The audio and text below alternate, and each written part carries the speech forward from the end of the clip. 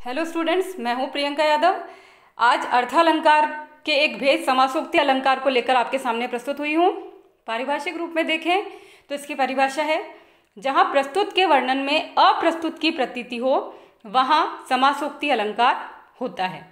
अब इसकी परिभाषा को पढ़ करके आपको बिल्कुल भी कंफ्यूज होने की आवश्यकता नहीं है, क्योंकि ये आसानी से समझ में आने वाली भाषा नहीं है।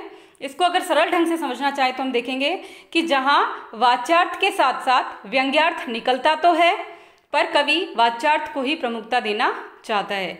यदि आप शब्द शक्ति के बारे में जानते हैं तो आप वाच्यार्थ और व्यंग्यार्थ को समझ गए होंगे, लेकिन यदि आप नहीं जानते हैं तो मैं आपको थोड़ा सा एक्सप्लेन कर देती हूँ। वाच्यार्थ का अर्थ होता है किसी भी शब्द का मुख्य अर्थ या साधारण अर्थ, जो हम उसका हमेशा अर्थ लगाते हैं, वही अर्थ वाच्यार्थ कहलाता है। लेकिन व्यंग्यार्थ का अर्थ होता है कि मुख्य अर्थ से हटकर जो कोई अन्य अर्थ होता है उसको हम व्यंग्यार्थ कह देते हैं।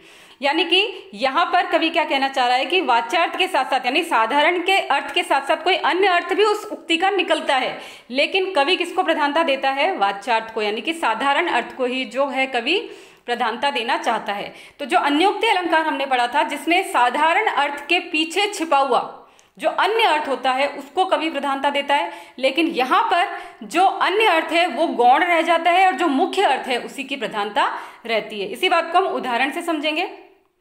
सूर्योदय जन के जो कंठ का हार होता, मुदित मधुकरी का जीवनाधार होता, वह कुसुम रंगीला धूल में जा पड़ा है, नियति नियम तेरा भी बड़ा ही कड़ा है। यहाँ पर एक कुसुम अर्थात फूल के बारे में कहा गया है कि ये जो रंगीला जो कुसुम है, जो रंगीला फूल है, वो धूल में जाकर के गिर गया है।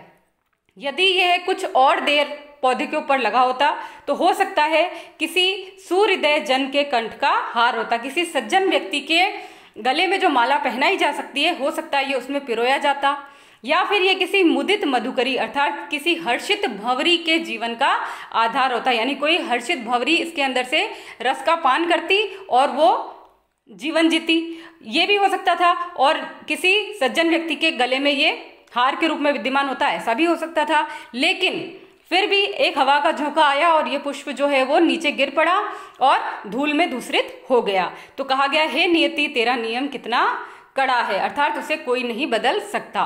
तो ये तो हो गया इसका मुख्य अर्थ जिसको कवि प्रधानता देना चाह रहा है, लेकिन इसके पीछे एक व्यंग्यार्थ और छुपा हुआ है।